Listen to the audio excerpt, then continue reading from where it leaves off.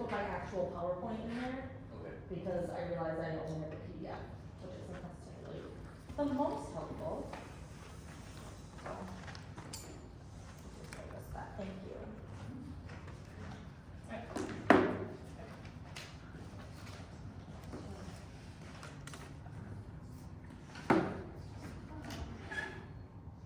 Hello, how's it going? How are you? Good.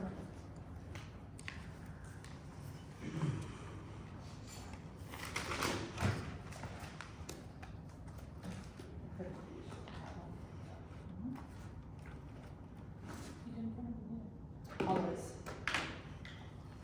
And then overprint it. You have to stuff like.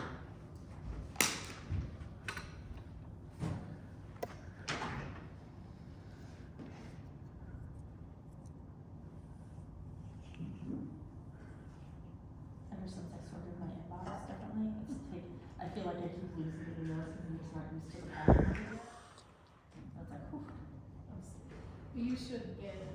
I still get my On real your number phone, it should still, be normal. shouldn't it? Doesn't it still? Yes, it is because, Oh, no, maybe not. You just have to do ordinance, right? well, I can just look here. And my normal inbox. Yeah. Do you guys have extra sets of the handouts for the people here? And the handout is the PowerPoint too, so you'll see. all the- I know, but we'd like to have them in hard copy. Are you gonna have, when you're presenting things tonight, is it gonna be up on the screen sticker or? Yeah, it's just the For PowerPoint. work, That's, work session, the yeah, PowerPoint. so we have Okay. the Gotcha. memo that was published on the website, and then it's just the PowerPoint for tonight that we'll Okay. talk Okay. about. So I just printed the PowerPoint that we talked This about, so is you the guys don't have a PowerPoint. point, I but see, okay. that, yeah, all I have is just the PowerPoint, my presentation essentially. I see, okay. I did print an extra one, I know I have. but we do Does, have- because they would want one, I think. Do we print extra? Sorry. I only printed to hand one here. I don't know what we do for practice. Yeah. Do you normally print those? Okay. No, that's okay, I just didn't know how we do it.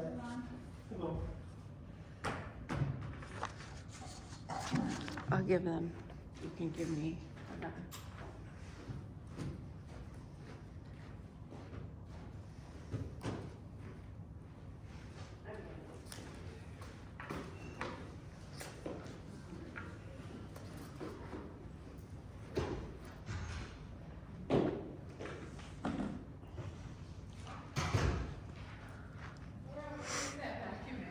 Where is that at?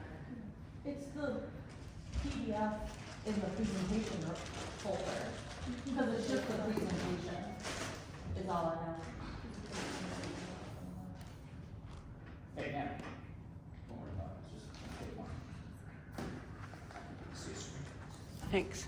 Yep.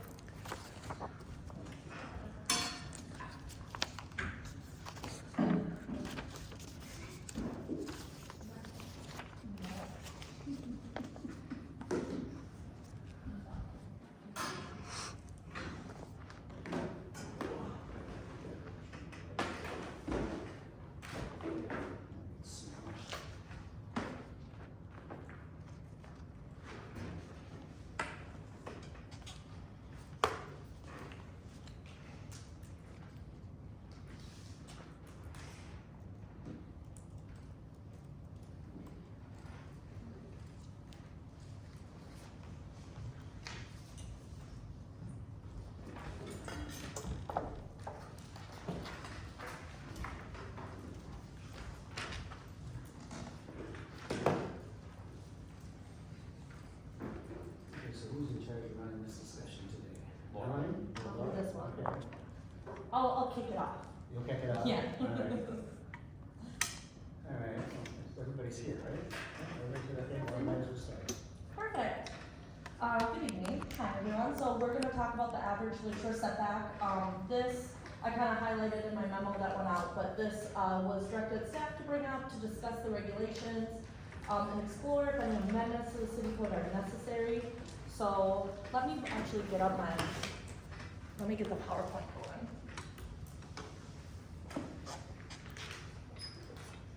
There we go. So I printed it off in front of you as well, if it's hard to see, but this is what the city code says about the average lakeshore setback. So it's a lot of words, but essentially it's describing how to generate the average lakeshore setback. And it basically limits improvements lakeward of a sightline intended to protect neighbors' view sheds and views of the lake.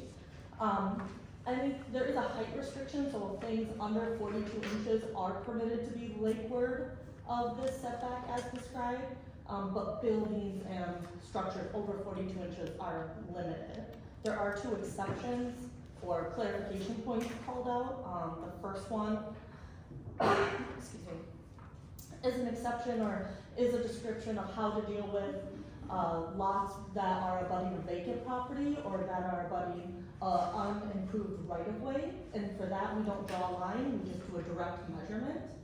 And then the second item B in the description is a way to calculate the average lakeshore setback to prevent any of the line bisecting a neighboring home. So that's a newer amendment that went into the code, I think in 2019, to really kind of intended trying to hone in on protecting the views of the lake, so not using it when it bisects a building. We can get into that when we show some examples, so we can see how it's applied. And then we have a hand-drawn little description in there too, just to try to show how simplified this is intended. So, for purposes of the presentation, I have average lakeshore setbacks referenced as the ALS, instead of writing it out, but it is different than the 75-foot lakeshore setback on Lake Minnetonka.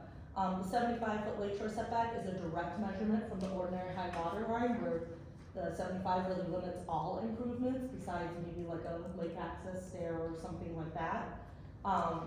And also the 75-foot lakeshore setback can vary depending on the type of lake. So like Lake Lydiard and Lake Clawson might have a different lakeshore setback, but for simplification, Lake Minnetonka has a 75-foot setback measured directly from the edge of the water, edge of the lake back, which really prevents all improvements. The average lakeshore setback that we're talking about tonight is a sightline setback intended to protect neighbors' views of the lake. And we take the more restrictive of the setbacks and apply it for a building envelope on a property.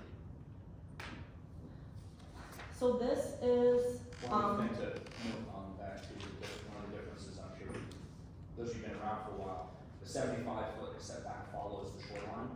So it's 75, whereas the average lakeshore setback is based on a linear. yep, is a direct line drawn across that bisects the subject property. Yep. So in front of you is meant to kind of call out the uniqueness of Orono. The first map is the city of Orono, and you can see all the bays and the lakeshore and how it kind of rambles and moves around. I have called out Forest Lake as kind of a zoomed in area that just shows some examples of, in one section of this lake within our community, there are peninsulas, there are bays, there are streams that come in, wetlands, creeks, there's channels and bluffs, and there's all these really unique features that generate and create this lakeshore in our community, which is so special and protected, but it's not linear. It's not a straight lakeshore, essentially. So the first example I have in front of you, I've highlighted the 75-foot setback in red, the average lakeshore setback in blue here, and this is a typical how the average lakeshore setback is supposed to be intended in how it's based on how it's written in our code. So we take the more restrictive setback, which limits the massing near the lake and protects the neighbor's view by keeping all the homes kind of in a consistent line following a lakeshore. It's kind of a great example of how this average lakeshore ordinance should work, and it's intended to work. I will note in this example, just on the top of the picture, there's an unimproved right-of-way. So for this example, the property abutting that unimproved right-of-way would not have a line drawn across it, since it does not have a northerly neighbor, it would use a direct measurement from the neighbor to the south to create just a flat measured setback, probably, for this example, like at 120 feet or something like that. Also called out in this example, a 200-foot setback property on the south side of the picture, or on the lower part of the picture. You can see just the uniqueness with homes placements on how that might impact views as a lakeshore property owner. So if one went there, it would have to follow the aqua colored line, basically, behind that. If the subject property that's 200 feet back, is that your question? On the unimproved lot. So Yeah. if there was a property that went there, it would have to be obviously behind the aqua colored line, I would think, If right? that was a buildable lot, it would go between the one that's almost out of the picture and the ones to the south. Right. This property, their setback would be based on this person's distance, Okay. since this is unimproved. Okay. So if this house was, the closest point was 120 feet back, they would just have a flat 120-foot setback to match. They wouldn't have a line drawn across their property. So another example that we see throughout the city, this is one where 75-foot setback is more restrictive. Crystal Bay Road. Applying to properties.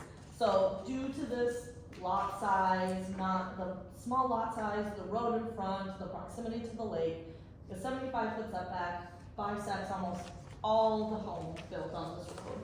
And the average lakeshore setback is the setback that's really kind of keeping all the homes in line or in a consistent line, uniform line, I should say. Is the red line rail authorities? No, not too far off, but no, it's the 75 setback. You go about 10 more feet and you'll hit the rear yard setback of the properties. I mean, these properties have postage stamp building envelopes, right? So due to these lot size, the location, the existing improvements, the 75 setback variances are somewhat common along this stretch on this road, but the average lakeshore setback variances are not often granted on this road. That's one that's often kept to keep all of these houses in line in a consistent, in a uniform placement. So that's on the last picture, that is 75 feet The red line, to the water. yeah, Wow. So the average lakeshore setback's ahead, yep, Which helps them. that's a good illustration, cause that's not how you think about, you always think average lakeshore. It's more farther restricted. away first, and, yeah. mhm. And we would normally apply the most restrictive, but in a case like this, you can't. Cause all these houses So are you have to- existing. There may no room for the houses. Take their out, yeah, that'd be a problem. Some very unhappy residents there. So this is just an example of a lakeshore that meanders and moves all the way around. We have situations like this throughout the entire lake on Lake Minnetonka. So I have, the highlighted parcels, the yellow, orange, and purple are like the subject parcels with their respective average lakeshore setbacks shown in blue. I did call out a measurement of a 75-foot setback kind of right here, just so you can kind of get a scale of how far in we are on this property. But, this is just how unique the average lakeshore setback gets applied to different properties. It is not uniform, straight line, because the lakeshore and where houses are built are not uniform and always straight and consistent. So we have lot line, or average lakeshore setbacks that really kind of crisscross around the lake. You can see here in lot 2 that I've highlighted in yellow, there's an encroachment with the building kind of right in the corner here. In lot 4, I've highlighted in orange. This is an extreme setback due to the lakeshore with this kind of inlet of the lake coming in here. Lot 6 in purple over here is almost unbuildable in a sense because of the narrowness entering into the lot, and then the average lakeshore setback completely cutting off a building pad. Yeah, lot 5. Yep, on lot 5, I'm sorry. I have that labeled on my notes wrong. Yeah, purple lot 5 is essentially unbuildable due to the average lakeshore setback being applied to that property. So, also I wanted to note on lot 4, the average lakeshore setback is called out from different points on this home for the 2 neighboring parcels because of that exception B in our code of not being able to bisect the building. So if we're supposed to take the most lakeward protrusion or the most lakeward note of the house, which is up here. Well, if we were to take that point and apply it to lot 5 to create the line, it will bisect this wing of the house. So then we move the line or the point of the line down farther to a point where it's not bisecting the house. So for lot 5, we use this point on the neighboring house. But for lot 4 to create this line, we use this point on the house. So it really is so site specific on how we generate the average lakeshore setback. That whole change because of the Dunkley property, that whole fight over, excruciating fight over the feet and inches. Yeah, no, I think Yeah, I think she just not consistent with what we're talking about. Oh, I'm Subject sorry. Okay, Orange. sorry. My notes were right, I numbered wrong. Okay. Orange is lot 4, 5, Okay, 6, then I'm 7. like, oh, Double okay. 4s. Got it. Why do we call it 4A and 4B? Sure. Orange is 4A, That's 9 okay. is 4B. It's a good point, though. Sorry, my apologies. So, 4B is the one where I was trying to, Am I? you're not crazy, it's my error. So 4B is the one where I was trying to identify or describe how we use different points on the property depending on what neighbor we're using. We're supposed to use the most lakeward point to generate the start of this line, but depending on how a house is situated and how the lakeshore is, one, it's not always the most lakeshore, and it's not the same on both sides. But wouldn't it go from 3 to 4A and then from 4A to 4B, or no? It wouldn't like loop around? Back here. It only deals with the houses on either side. Okay, thank you. Got it. Yep. So just kind of some unique cases that we see and talk about with residents all the time, and why it's hard for maybe residents to understand the handout, or why people don't understand how the average lakeshore might apply to their property, right? It's an ever-moving target. So a little summary, I did just kind of a really quick count. In 2021, we granted 12 average lakeshore setback variances here in Orono.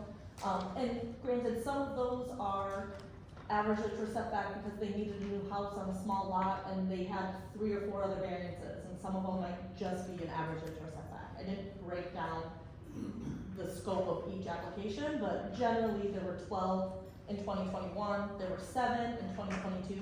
We have processed 10, approved, I should say 10, so far for 2023 as of the end of July. So it is a common variance that you guys are seeing almost monthly, kind of come in front of you to review and to analyze. What would be your guess of how many applications there were versus this is how many we Pretty granted? close to that number. Pretty Pretty close. similar. Yeah, we work a lot with residents on if, as you know, when residents or applications kind of come forward and where they're getting to the point of possibility of being denied, they withdraw. Or if they can't get neighborhood support as they're putting their applications together, they might not proceed with an application, even though we worked with them or they may have started one. So, denials don't always go all the way to the end of a process, right? Yeah. We probably have more applications, but. Yeah, probably more applications, but this is how many we've approved. So I reached out to some of the neighboring cities, to kind of see the shakeout of how they work with a sightline setback. So 3 of the 7 cities that I got in contact with do implement some sort of sightline setback. Minute.Oakden Beach just amended theirs as of this year. They follow something similar to ours with a building to building, and they draw a bisecting line. They have a secondary one as well for decks exclusively, so if the deck protrudes farther, they make a deck average lakeshore setback line. I think that's something we used to do and we used to implement, and we moved away from creating 2 or 3 setbacks as part of this and tried to simplify to 1. But they just amended that and are taking that on as a neighboring city. Wayzata, they draw a line between the two principal buildings. They also calculate the actual number average, so they add up the distance on each side and divide it by 2 to get that average distance, and they apply the more restrictive of those two calculations. Minute.Trista, they do the same thing in that they calculate those two things, they draw a line and they calculate the average by number to make a number setback, but they take the less restrictive of the two. So every city that we've talked to that implements this does it differently. I haven't seen it yet where someone follows the same pattern of implementing this sightline setback. 4 of the cities don't implement one at all. So there's one city, I think Deep Haven, they just implement, or they have a 100-foot Lakeshore setback instead of like a 50 or 75, and they're just uniform for that 100 setback. Spring Park, they have a 50-foot setback, and they're just uniform to that 50-foot setback. So 4 of the 7 cities don't do anything, 3 do something for sightline setback, but how they calculate it is different than us and different between each other. So everyone's trying to get at this way of protecting neighboring views, but I don't think the code's been cracked yet on exactly how to write that or implement that ordinance. And then we also asked how many variances do you approve, or how do you process this? And they said they rarely approve variances for the average Lakeshore setback for the cities that do implement that sightline. So that was something I wanted to call out as slightly different than how we work it. So just to summarize a little bit of that again, key differences. Half of the responding cities rely solely on that Lakeshore setback from the OHW and do not implement a sightline setback. Some cities exclude properties based on their extreme setback. So I think one of the cities here, Minute.Trista, if the neighboring property is over 200 feet back from the OHW, they do not count that in generating the line, because I would assume, it would mean creating a very steep line, eliminating some building envelope, and so they just take it out of the equation altogether, if your house is that far back off the lake. And then, not all cities use a draw line, some calculate the average, and then to implement their sightline setback to offer some flexibility with kind of what works best in this situations, but they have then that rule that implementing the most restrictive versus the least restrictive in the other city. So they have different policies of how they enact that. So items for you to consider tonight. Orono has lots of lakeshore, and most of it's not a straight line. There are lots of considerations when reviewing and granting those average lakeshore setback variances, such as the improvements as it relates to neighbors' views. There's a range of situations. There's double frontage lots, non-lakeshore lots abutting lakeshore properties, there's channels, there's timing of development, because my line's gonna be one way with my neighbor, and then my neighbor rebuilds, and my line might change, right, depending on where they place a house. So my line's ever kind of evolving on top of the lakeshore staying the same. And then the question is the council achieving the intent? Is the average lakeshore setback achieving the intent that the council wants it to achieve? So points for you to discuss tonight to help inform staff are, should the city's role be to protect residents' views across neighboring properties? And then if so, is the current average lakeshore setback regulation the best way to address the protection of neighbors' views? So it's really a policy question to kind of understand as a council what's important and what you want to implement as it pertains to sightlines and sightline setback. And then I can show a lot more examples if you have questions, but those are kind of what we're posing tonight to be discussed. I guess my first question is, Deep Haven, I see they just do the 100-foot lakeshore setback. Is that, as far as preserving the lake, is that 25 from 75 to 100 going to help that? Like if you were to just adopt something like 100 foot, would that help improve? Two birds, one stone kind of thing? It doesn't necessarily address the same thing. The two codes have different purposes. The setback from the lake, the 75 or the 100 in that instance, you're looking at like water quality and then what your development close to the lake. The average lakeshore setback is protecting a neighbor's view over your property. So you can keep moving the setback, that static setback back, but it just depends on what you're trying to accomplish. Sure. But you could do that to simplify. And right, to simplify, and it would have a great positive impact on that first one, but the second one. You might, I guess a negative about that would be, potentially creating a lot of non-conformities, right? If people have been building at 75, and you automatically make it 100, then how many people have properties that don't meet that anymore? Yeah, and like those Crystal Lake Road That would be a lots. ton.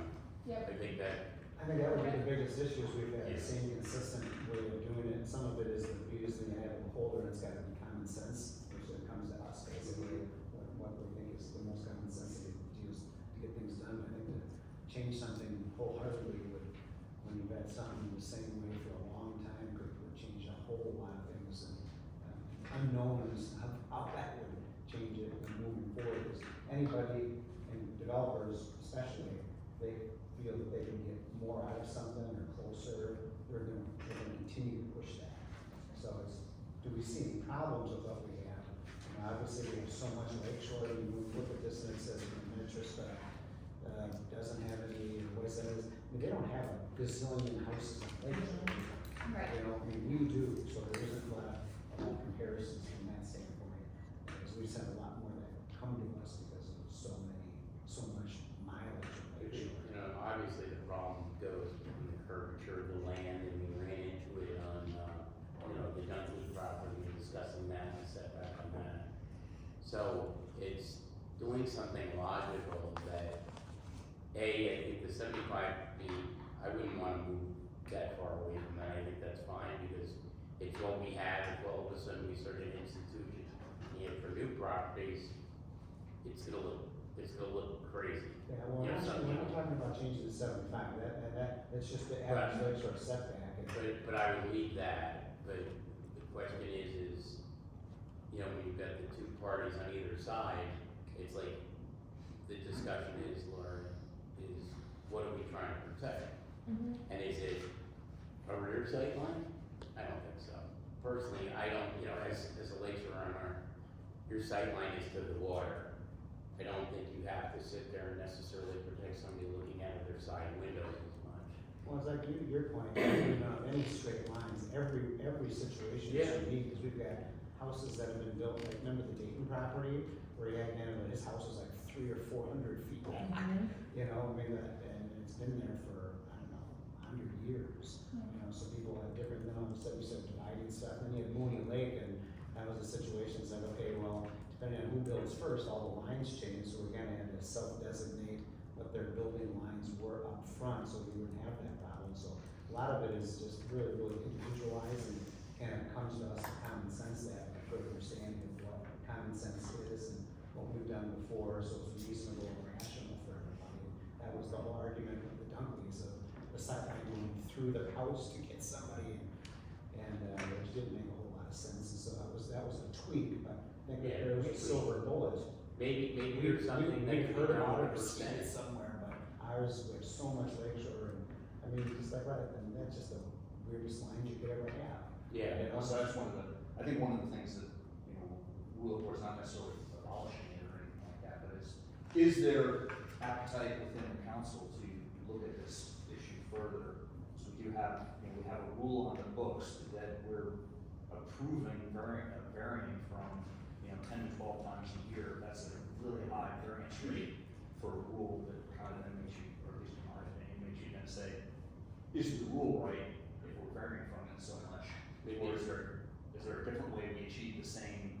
I think if there's tweaks, I think I would always look at tweaks, but I don't know what changing something wholeheartedly, even though we have a lot, it's just because of the nature of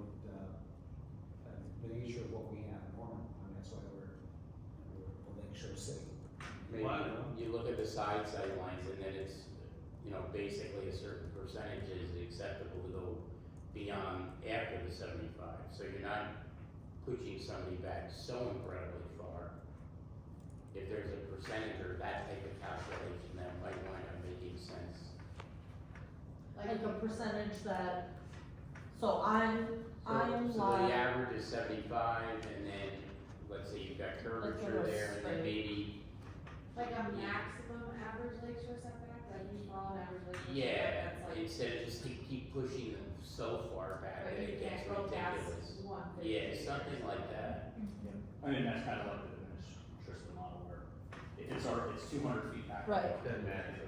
so, Yeah, something of that nature, so, you know, if you have those really curvy areas, you know, it doesn't look absolutely crazy because you've thrown this house back and it's almost, you know, hit the street or something. What? so, oh, go ahead. Well, so I had a couple thoughts on it. Oh, good, because I read this. It's like, the first part of this, I think, is what is the intent to protect, okay? And so the neighbor's view over your property, I don't think is hitting the right reason for, you know, having the average lakeshore setback. And we've had numerous things come to the council here where, you know, the neighbors came and said, oh, I don't want them to get this approved because I can see that way now. So I don't necessarily, I mean, lake property owners have the view that's in front of them. But, you know, you look at this one, you wouldn't want to all of a sudden just change it to 75 foot and then everyone starts doing additions and you're encroaching on the lake. You know, so, you know, abolishing it, you know, it doesn't seem reasonable when you see scenarios like that. But we're consistently seeing, you know, like tonight we have one on there and it's a deck. And because you can go up to 42 inches and because this deck is higher than that, then they have to come to us to do that. And so maybe one of the ways to evaluate this is, you know, maybe it's, if it's not roofed structures or, you know, something, because what I would like us to do, and I think it's, this is a really good presentation, by the way, you did a nice job putting it together and some good examples, it highlights how complicated of a situation, and I think that's why it's become variances, is because it's complicated, it takes a lot of interpretation and the application of common sense to it. But I would also like us to always keep striving to allow residents to do reasonable things to their house without having to go through the entire variance process, which takes them 90 days. And that's if everything, you know, goes right. So, you know, I don't think we're gonna solve this issue tonight, but it's a good conversation about when we're having this many variances and they're getting that many approvals, what can we do to empower staff or change our ordinances to give more flexibility for something that's reasonable to do that we agree with without making a resident go through the entire process to do something that's reasonable or the council's already approved.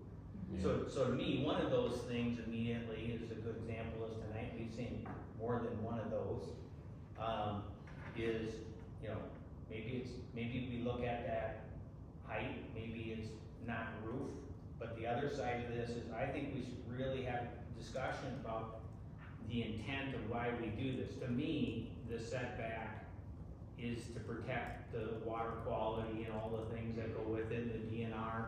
I think the DNR is 50 feet, I think that's why Spring Park is at 50.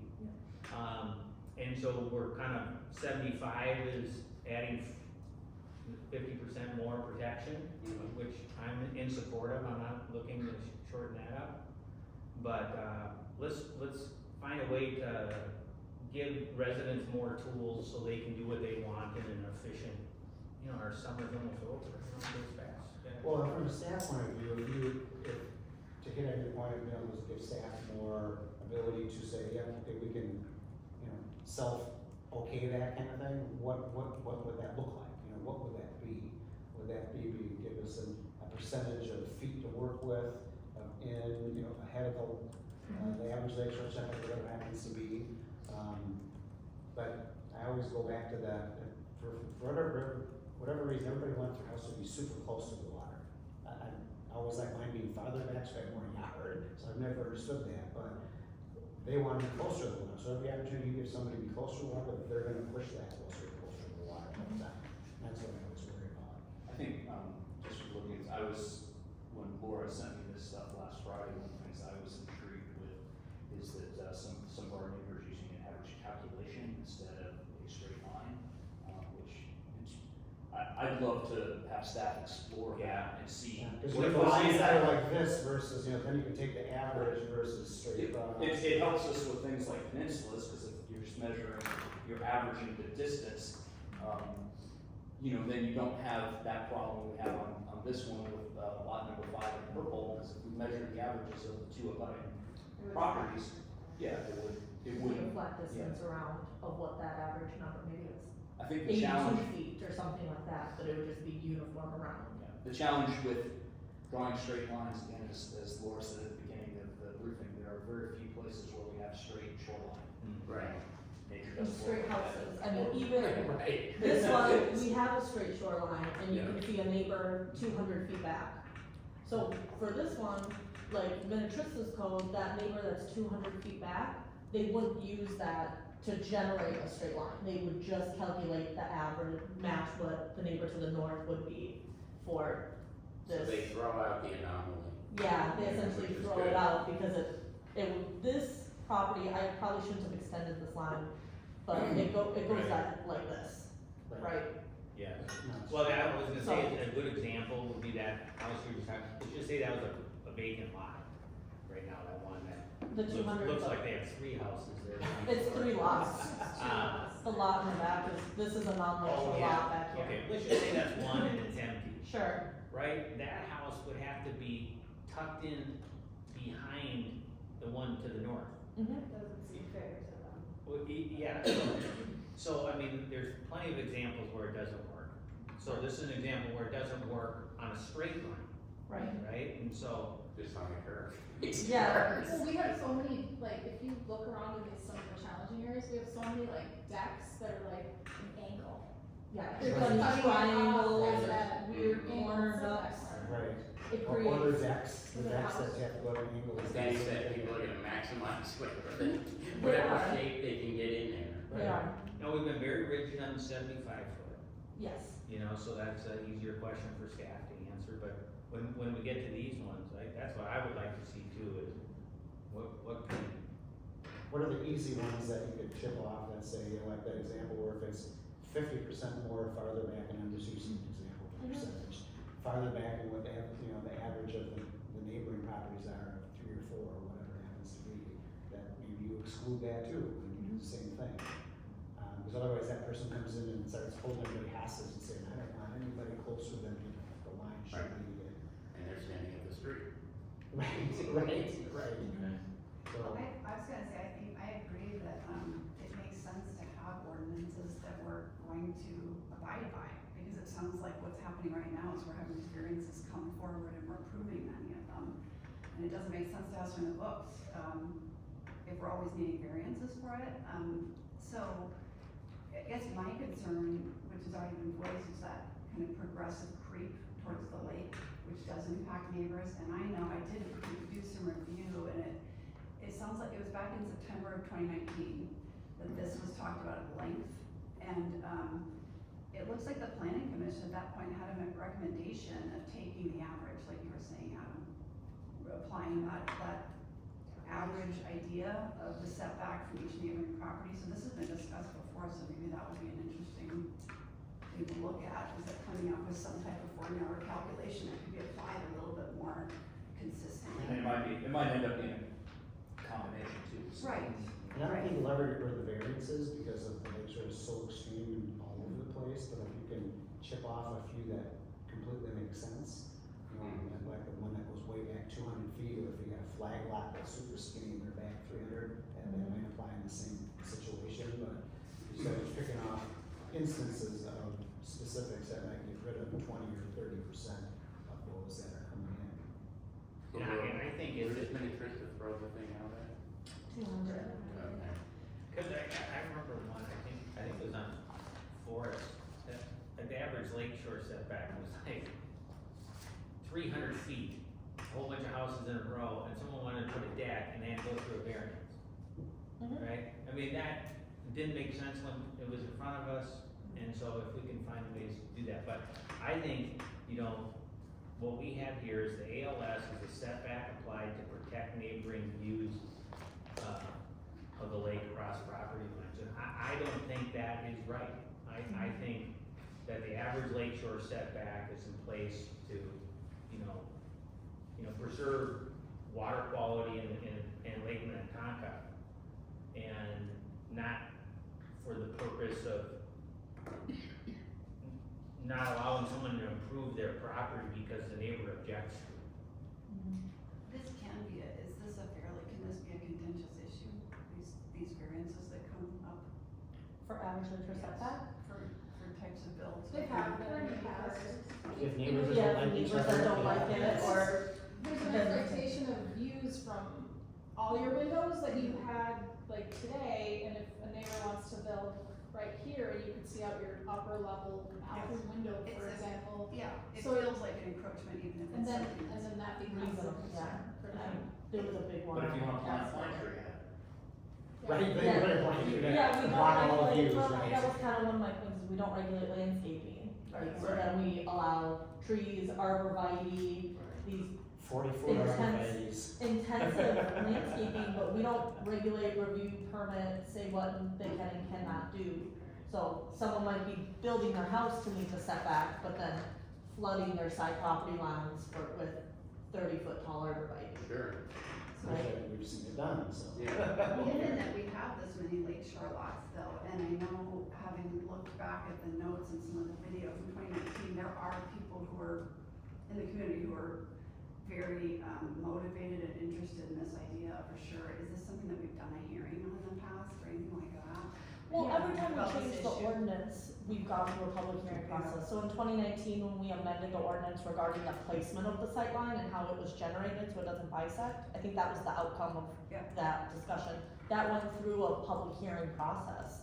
So anytime we amend the code, the zoning code, it requires a public hearing. Mhm.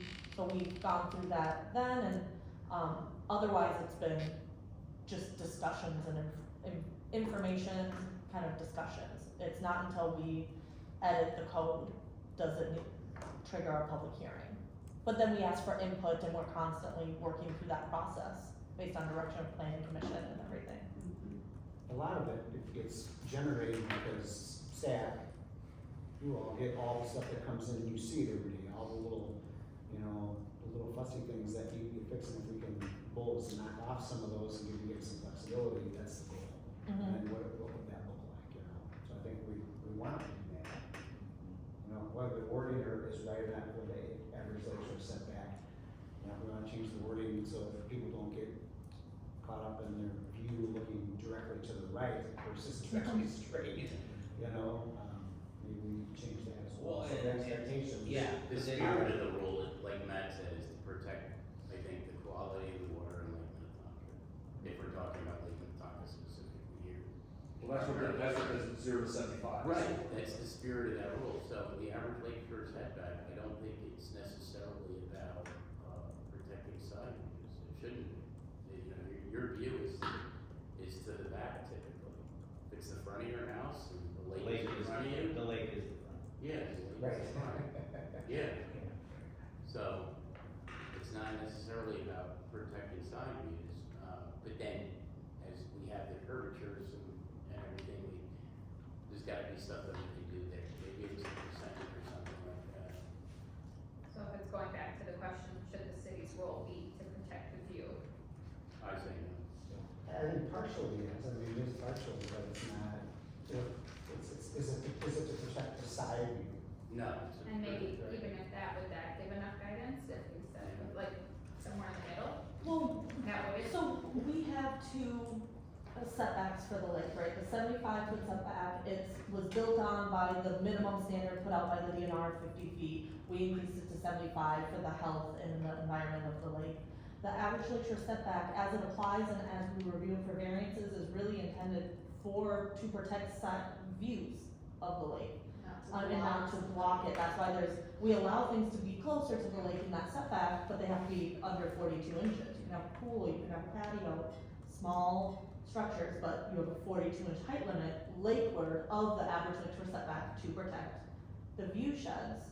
And so we can develop and create, some options to discuss in the future of maybe some criteria, that if you meet this criteria, this can be a staff administrative kind of permit approval, not, it doesn't need to trigger a variance, like, if the property is, you know, 2 times farther back than the subject property, has a neighbor that's 2 times farther back or something, hitting that 200-foot setback, or talking about creating a hard calculation or something like that. We can research what other cities do and talk to kind of find some best practices to create some criteria if we're trying to eliminate some of those variances, but we have those kind of separate setbacks for separate purposes, as written in our code.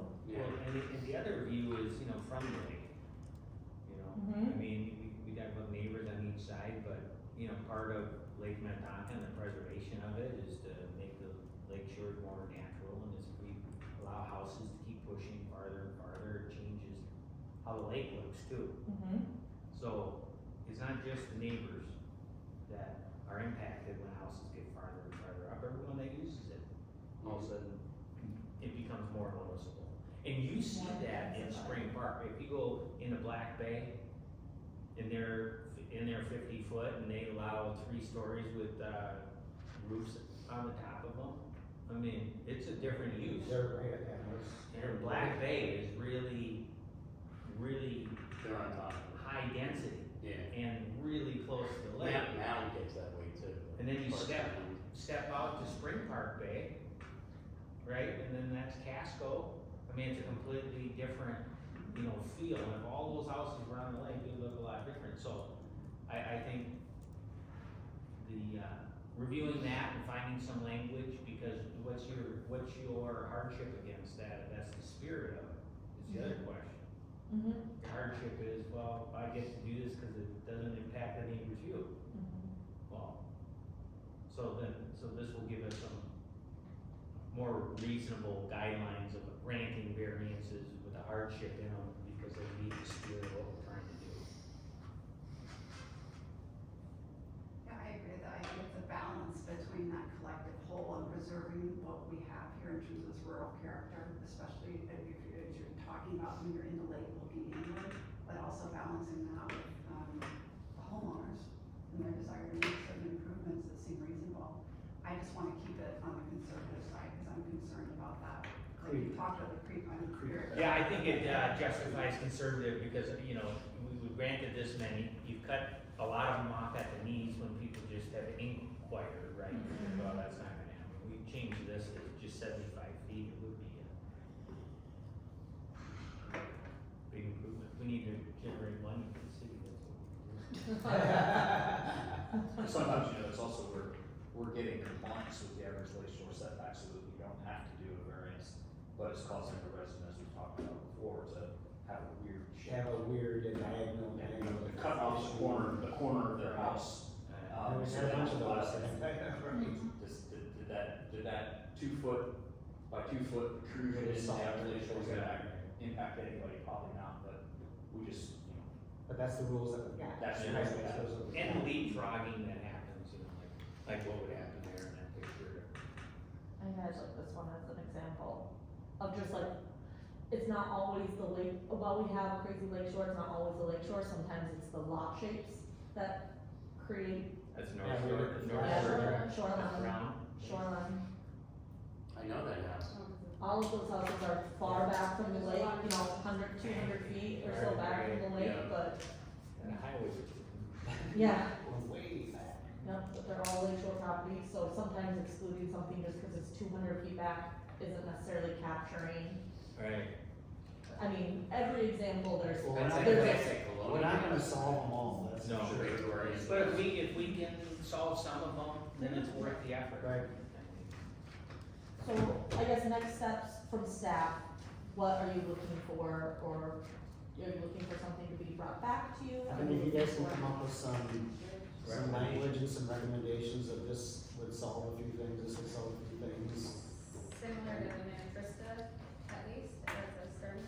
Well, you know what, you three are the ones that deal with this, you know, from people coming in, and so you're in the best position to know something that works for you to articulate to people and keeps in the spirit of what we're trying to do, so.